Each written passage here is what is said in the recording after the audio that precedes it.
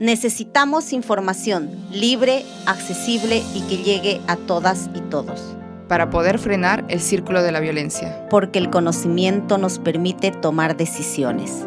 Para poder reclamar frente a la injusticia. Porque tenemos derecho a una vida justa y libre de violencia. Mi voz existe. Tu voz existe. Nuestra voz existe.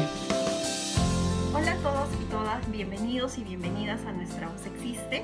El día de hoy tenemos un programa donde abordaremos el hecho de comprender quizás algunas situaciones que lamentablemente se van dando en este proceso de erradicar la violencia de género. Bueno, hemos ido aprendiendo a lo largo de los programas que hemos tenido que una de las formas de detener la violencia es primero reconocerla, ¿no? Ya sea de parte de la víctima o de parte de las personas allegadas a ella, para luego buscar ayuda, quizás en una red de soporte que sea de su confianza, que puede ser la familia y los amigos, pero que también pueden ser las vías formales para poder denunciar el caso, para poder, segundo, detener la agresión y finalmente para poder sancionar a la persona responsable. Pero lamentablemente en este proceso que se establece, ¿no?, en que la víctima tiene que denunciar, pueden surgir muchos obstáculos que terminan interfiriendo en este proceso y que hacen que el proceso no concluya o inicialmente no se dé. Es por eso que el día de hoy hemos invitado a dos especialistas en el tema para que podamos conversar sobre las razones que ocasionan que las mujeres desistan de denunciar.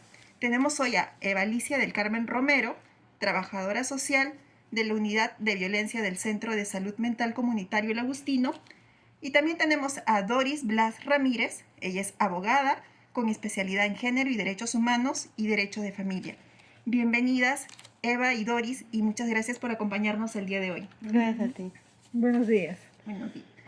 Bueno, cuando hablamos de violencia de género, también hablamos necesariamente de violencia contra la mujer. Y en este proceso, pues como comentábamos anteriormente, muchas mujeres desisten de denunciar. Pero específicamente hablando sobre la violencia de género, ¿ustedes creen que exista una alta tasa de denuncias en el Perú por violencia de género? Y si es sí, ¿a qué se debería este incremento o estas altas tasas? Bueno, yo creo que debemos remitirnos primero a las cifras estadísticas. Y de los años 90 a la fecha se han duplicado las cifras, ¿no? Me acuerdo que en los años 90 la policía reportaba 100.000 casos al año a nivel nacional. Actualmente la última estadística que ha sacado la Policía Nacional formalmente en el 2018 superan los 222.000 denuncias al año a nivel nacional. El ENDES tiene otra cifra, que el 63% de mujeres encuestadas hasta el año 2020, que es la última publicación que ha sacado, refleja que el 63% de mujeres encuestadas por lo menos ha sido víctima de violencia alguna vez en su vida por su compañero o su esposo, ¿no?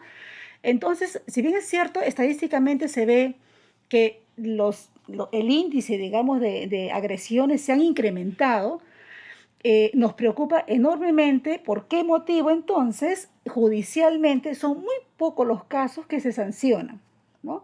Ahí vemos ya esta diferencia desproporcional de buscar protección en el sistema de justicia y también en el tema de sanción, ¿no? Genera mucha impunidad. Algo está pasando con nuestro sistema de justicia. No solamente eso, también se ha incrementado un 130% de lo que va de esta pandemia, ¿no? Y esto también, como dice la doctora, tiene mucho que ver también con la burocracia que hay con el poder judicial, ¿no?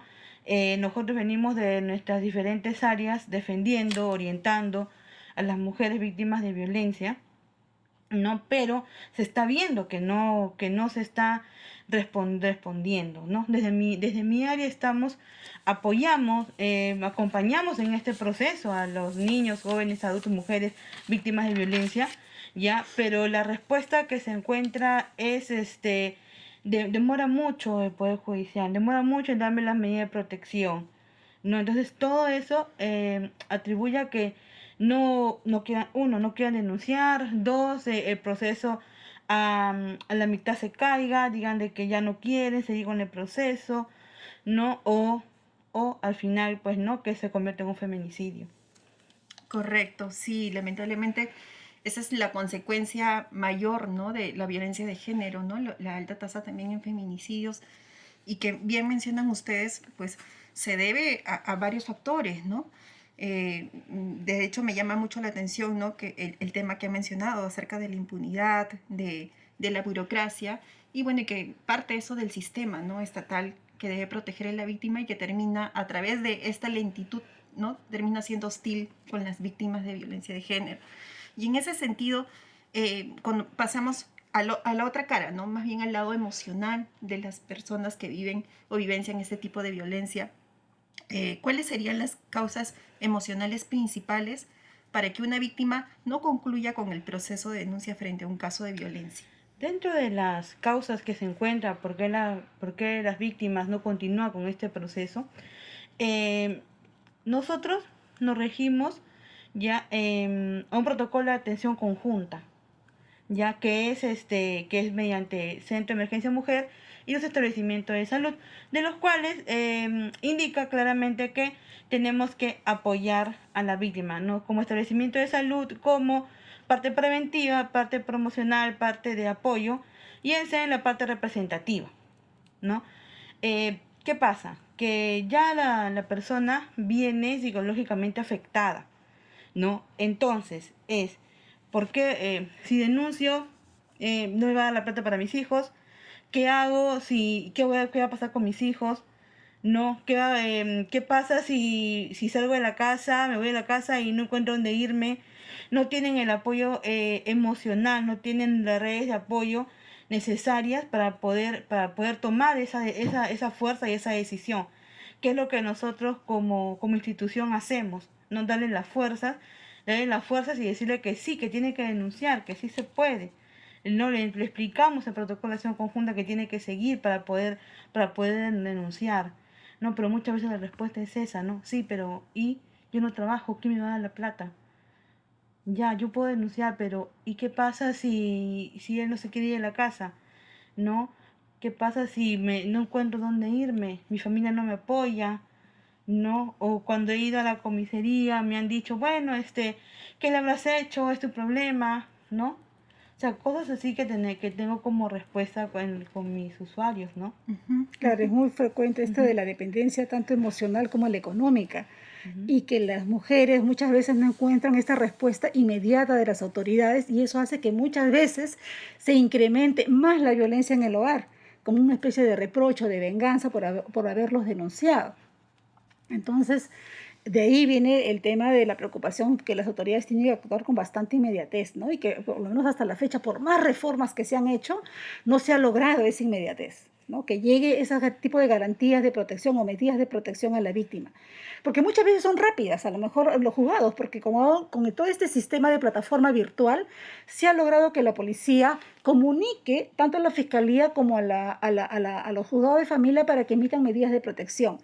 Pero en el trance de notificar a las víctimas es una brecha enorme que puede durar meses.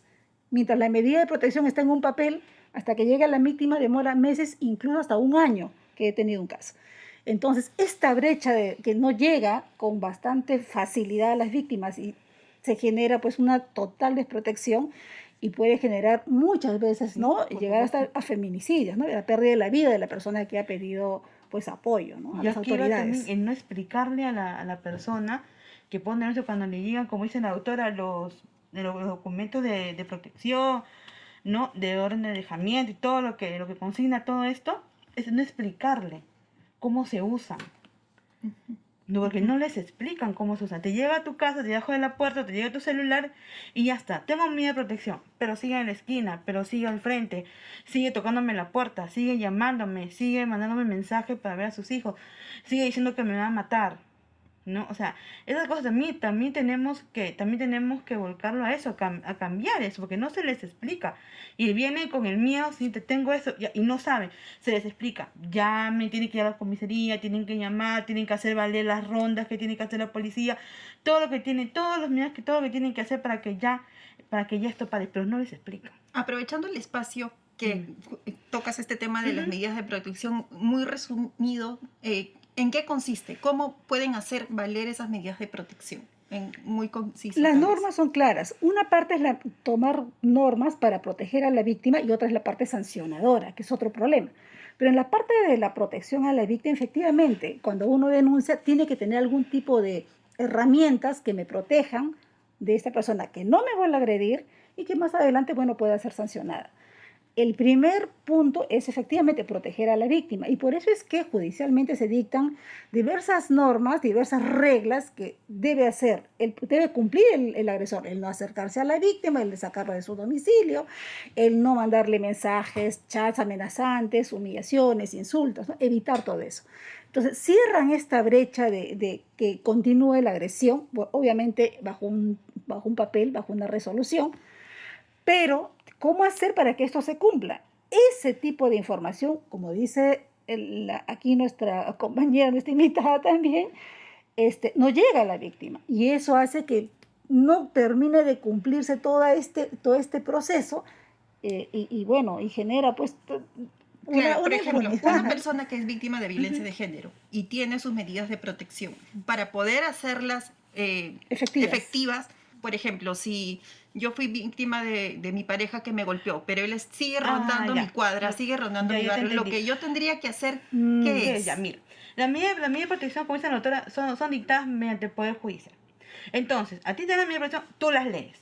Pero también el lenguaje que tiene la medida de protección son demasiados, no son demasiado explícitas, ¿ya? Sino son así, tocan temas puntuales. Si te dice, no mandar mensajes, no manda mensajes. No visitas, no visitas. Ya a tantos metros de la persona, tantos metros de la persona. La persona la sigues viendo afuera, tienes que llamar a la comisaría y decir que la persona está afuera.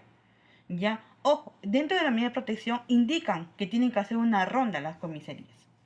Ya, si no las hacen también tú puedes ir a la comisaría y exigir que se haga valer eso y que hagan tus rondas. Cuando la comisaría o los policías no cumplen con esas responsabilidades y es mejor dicho, con esas obligaciones que tienen, ¿dónde se podría denunciar? En la misma comisaría, tienes que ir, te reclamas ahí mismo porque ya ahí mismo ellos te van a acompañar y te van a decir, bueno, sí, vamos a ir y van. Muchas veces también les dicen también que les van a llamar por teléfono, no solamente es ronda, sino también ahí mismo especifica, ¿no? Llamadas por teléfono, ¿no? Pero sí, esas medidas de protección tienen que tener un vocabulario más coloquial para que las personas puedan entenderlo, porque no los entienden, señorita, ¿qué hago? ¿Qué? No entiendo, ¿qué dice? No, tengo muchos usuarios que vienen y me preguntan, tengo esto, pero no entiendo qué cosa quiere decir, se puede acercar, se puede llevar a mis hijos, no se puede llevar a mis hijos, me lo puede encontrar en el parque, no puede encontrar en el parque. No, como sucede en la otra cara de la moneda. Señorita, tengo medida de protección, pero estoy en el proceso de reconciliación, estoy en el proceso de que vea a mis hijos, lo estoy acercando al parque para que los vea. O sea, tenemos las dos versiones, los dos que claro, puede pasar. ¿no? Una consulta más. A propósito de que estamos hablando de las causas emocionales, dentro bueno, me has mencionado lo importante que es el protocolo de atención conjunta, sí. ¿No? Que me parece que es establecido entre el SEM y los centros de salud. Establecimiento de salud. Ajá. Entonces, respecto a las causas emocionales o todo el aspecto emocional, la persona que es víctima de violencia, cuando va al SEM, entiendo que recibe atención desde el asistente social, sí, la parte legal, pero también la parte psicológica. ¿Esta parte psicológica es sostenida o se le deriva a un centro de atención comunitario? ¿Cómo es que la persona víctima de violencia va a contar con este soporte desde el lado psicológico o emocional? Te explico. El tema de acción conjunta de SEM con establecimiento de salud especifica claramente, es para que el usuario o la persona no se vea más afectada de lo que está yendo a denunciar, ¿ya? Porque como te comenté, tenemos que en la comisaría, ¿por qué algo le habrás hecho? No, ahí tenemos a la persona que ya retrocede en la denuncia porque le dijeron eso. A la hora que va al SEM, tenemos el SEM como representación, ¿ya? Más no como terapia. Terapia está en los establecimientos de salud o donde ordene el juez, ¿no? Entonces, ¿qué pasa? Por ejemplo, nosotros como Centro de Salud Mental Comunitario ya recibimos la parte terapéutica. Es decir, la paciente va al SEM, recibe el apoyo, recibe la representación del abogado, del psicólogo, de la trabajadora social, hacen la ficha de evaluación de riesgo, hacen el aviso, todo, y nos derivan a nosotros. ¿Sabes qué? Esta paciente, psiquiatría, psicología, ¿no? Para ver su dependencia, cómo está. Y nosotros nos encargamos de hacer todo lo que es la terapia. Ah, muy bien. Entonces, se hace sostenible mediante los centros mentales comunitarios. O establecimiento de salud. Porque, ojo, los establecimientos de salud también están capacitados para atender. ¿No? Ejemplo, violencia. Nosotros, por ejemplo, no tenemos un hospital, es un establecimiento de salud mental comunitario. Entonces, una víctima de violencia sexual tendría que ir a un hospital para que vean, para que le evalúen, le den los primeros auxilios, y de ahí pasaría ya a lo que es la parte ya psicológica, mental. Sí. Y todo eso es acompañado mediante el SEM, mediante también, si nosotros nos enteramos, primero que el SEM, nosotros nos encargamos de avisarle, de decirle, ¿no? Qué cosa es lo que está pasando, y ellos acompañar. Vale. Hemos estado hablando un poco también acerca de las causas que, ¿no?, repercuten en las instituciones y que limitan, pues, que todo este proceso de denuncia sea un poco eficiente. Hemos hablado un poquito de la impunidad, de la burocracia que existe, pero también quisiera saber sobre todas estas deficiencias que nos han manifestado acerca de también la Fiscalía, ¿no? La Fiscalía, la comunicación en este protocolo de acción conjunta, pero ¿existe alternativamente un proyecto que oriente a las víctimas o a la población en general sobre qué hacer en un proceso de denuncia y también cómo llevarlo a cabo? Porque para poder ejercer nuestros derechos, o para saber cómo me tienen que atender, qué tengo que recibir, a qué tengo que exigir, tengo que conocer mis derechos, ¿no? ¿Cuál es el proceso? ¿Hay un proyecto que nos pueda orientar sobre esto? Un proyecto macro no hay, ¿no? Macro no existe. O sea, a nivel nacional, no que proyecte, que difunda la información, no lo hay. Ahorita lo que tenemos es el programa Aurora. De lo cual derivan el SEM, deriva Línea 100, Chat 100. No, lo que nosotros necesitamos en sí es la divulgación, más divulgación. En el sentido de que, por ejemplo, tú le preguntas a un niño, ¿a dónde tienes que llamar? Te va a decir 911, cuando 911 no es de Perú. ¿Ya? Entonces, lo mismo pasa, ¿dónde denuncio? ¿Cómo hago? ¿Ya? O sea, y no saben que pueden ir a la comisaría, que pueden llamar por teléfono, que pueden escribir. No, eso no lo saben. Necesitamos más difusión. Que hay formas, que hay métodos, hay. ¿Ya? Hay programas. Es más, dentro del CE hay también programas de hogares refugio temporales, donde si la víctima ya no se puede más con el agresor, que ya por más que tiene la misma protección, sigue igual, que por más que tiene todo lo que se le ha podido brindar, ya llega a un extremo que ya no se puede, se le lleva a un hogar refugio siempre y cuando no tenga redes de apoyo. No tiene ningún tipo de red de apoyo, no se puede, perfecto, va a una casa de refugio temporal. No, todo eso hay, pero no está difundido, no está muy bien difundido. Eso es lo que falta. Pero programas en sí, directos, no hay. Sí, ¿nos podrías comentar un poco más sobre el programa Aurora? ¿En qué consiste? ¿Qué es este programa, ¿no? Porque yo creo que en general no es cotidiano escuchar de este tipo de programas, ¿no? Como dice Doris, no se divulga. Lo que pasa es que falta una política que pueda difundir no solo la información, dónde poder denunciar, cómo explicar cómo procede este procedimiento legal para poder proteger y sancionar. No hay algo que divulgue a nivel nacional, pero como dices, sí existen, ¿no? Existen. El programa Aurora, bueno, existe en los centros de emergencia mujer, donde donde pueden buscar toda la información que la víctima requiere. Existe la UP, creo que se llama la Unidad de Protección Especial, cuando los niños se encuentran en una situación de falta de cuidado, de abandono, cuando tienen situaciones de violencia física, psicológica o sexual, ¿no? Entonces, investigan. Pero todo este aparato existe a nivel nacional y que creo que tienen que tener mucho cuidado al momento de la difusión también, porque no todas las personas acceden a redes sociales, ¿no? Estamos hablando de la costa, la sierra y la selva, y cada región tiene su particularidad. Entonces, una sola forma de difusión no es suficiente para que pueda llegar a toda la población. Muy bien, entonces Eva y Doris, vamos a hacer una pequeña pausa en este momento y vamos a regresar con la otra cara, ¿no? ¿Qué esperamos de las instituciones y de las organizaciones en relación al tema que vamos conversando?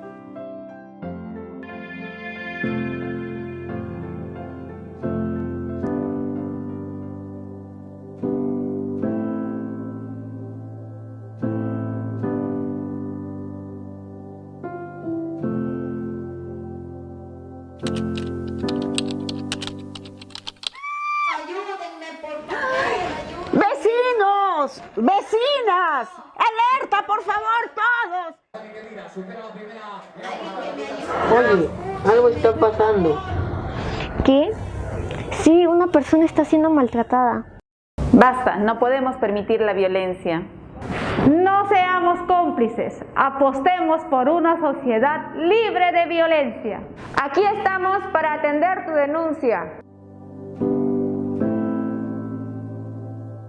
Porque nuestra voz existe. Para cuidarnos en el barrio. Para crecer sin miedo. Para detener el círculo de violencia.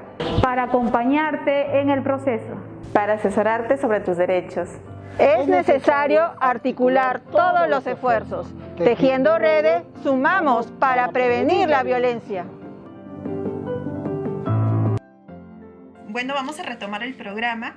Estamos conversando con dos especialistas que son Eva y Doris. Bueno, ellas nos han comentado acerca de cómo va escalando la violencia de género. Nos han mencionado que existen cerca de 222.000 denuncias en el año y que, bueno, existen también acciones de protección. Existe un protocolo de atención conjunta, pero sin embargo estas acciones, ¿no? O proyectos o implementaciones que se hacen desde la parte estatal siguen siendo insuficientes, ¿no? Para afrontar esta problemática. Y quisiera que nos comenten acerca precisamente de las instituciones, ¿no?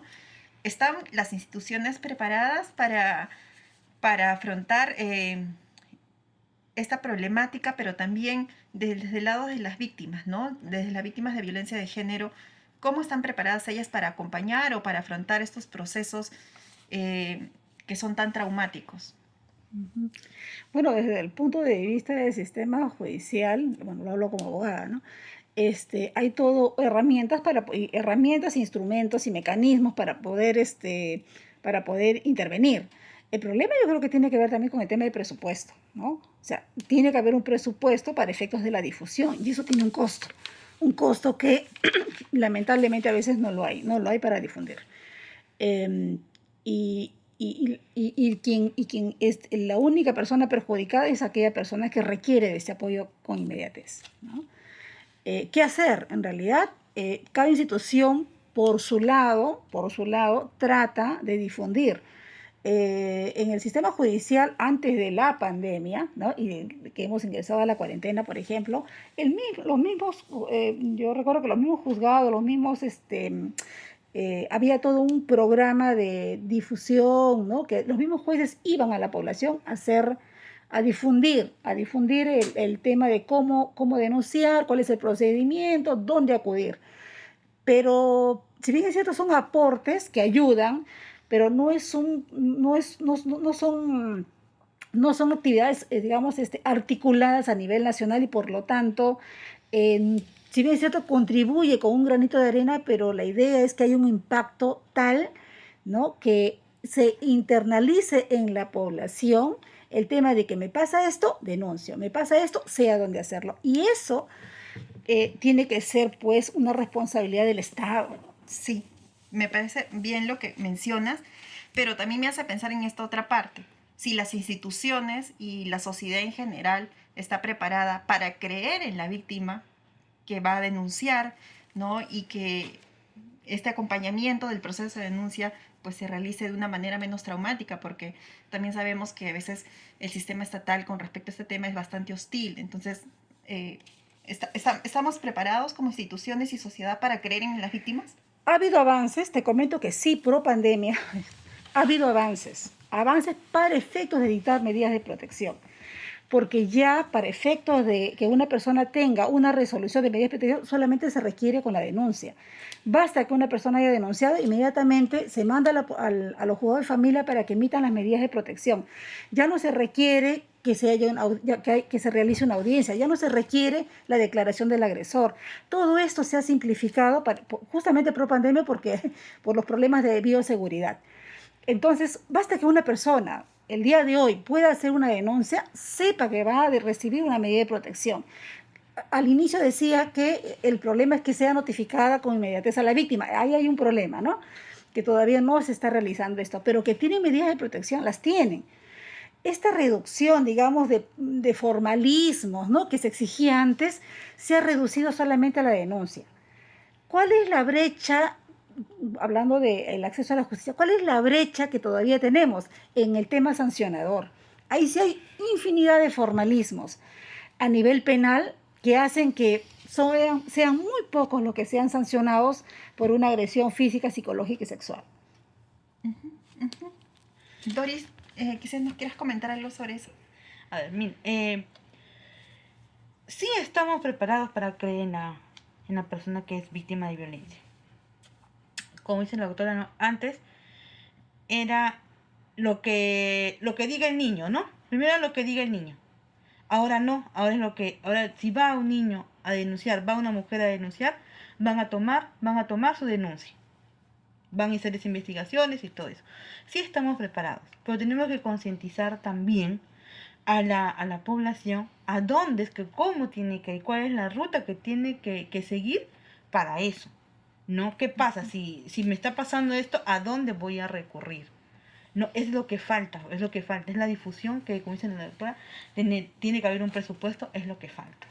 Sí, y en esa misma línea, para cerrar, ¿a dónde pueden acudir las víctimas de violencia que ya decidieron denunciar, ¿no?, que ya han pasado por este proceso de reconocerle y ya decidieron denunciar, o quizás son algún familiar cercano que está siendo testigo y que ha reconocido que, no, bueno, su familiar está pasando por esta vivencia de violencia de género? ¿A qué organizaciones o instituciones podrían ayudar o apoyar en este caso?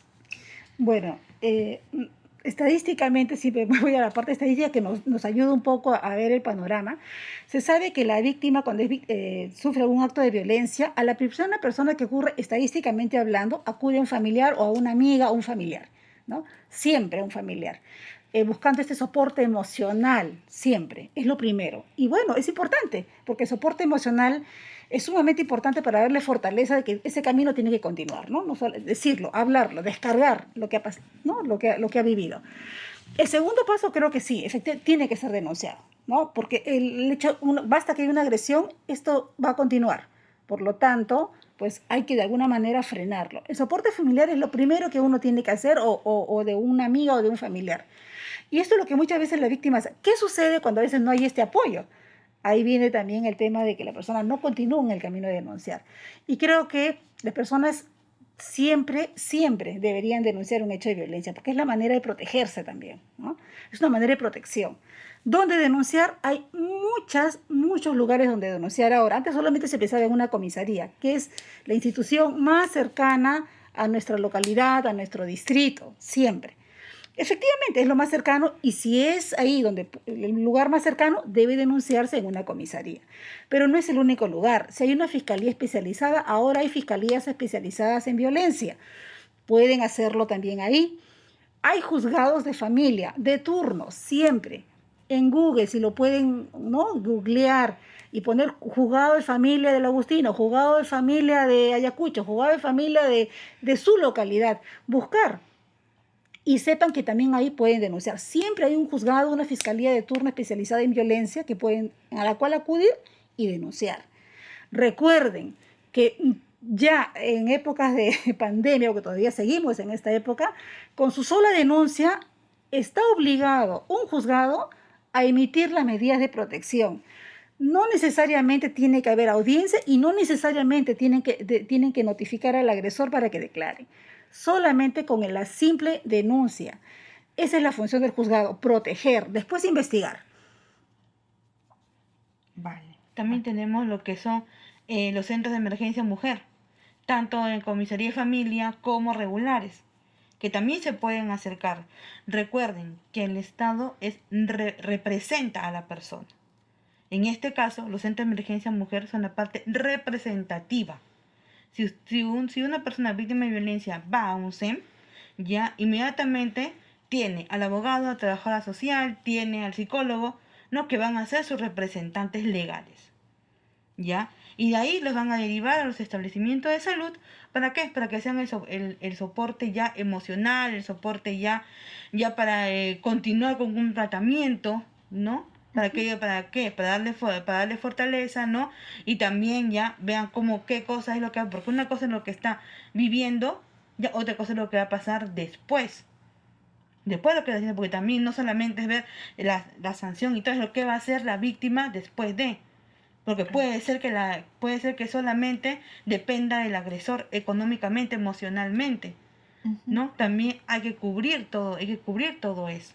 Por eso tenemos el apoyo del Estado, ¿no? El Ministerio de Trabajo, ¿no? En fin, todos tenemos también, también tienen la DEMUNA, donde también se pueden hacer denuncias, ¿no? También son un apoyo también a DEMUNA. Vale, ¿no? Muchas gracias, Eva y Doris, por compartirnos, sus perspectivas y aclararnos sobre este tema que siempre ha generado realmente muchas interrogantes, ¿no? ¿Por qué se desisten de denunciar y por qué estos procesos, ¿no? de erradicar la violencia, pues no terminan concluyéndose? ¿Quisieran darnos algún comentario final para despedirnos del programa? Sí, invitarlas si se sienten vulneradas, ya, de aquí denunciar.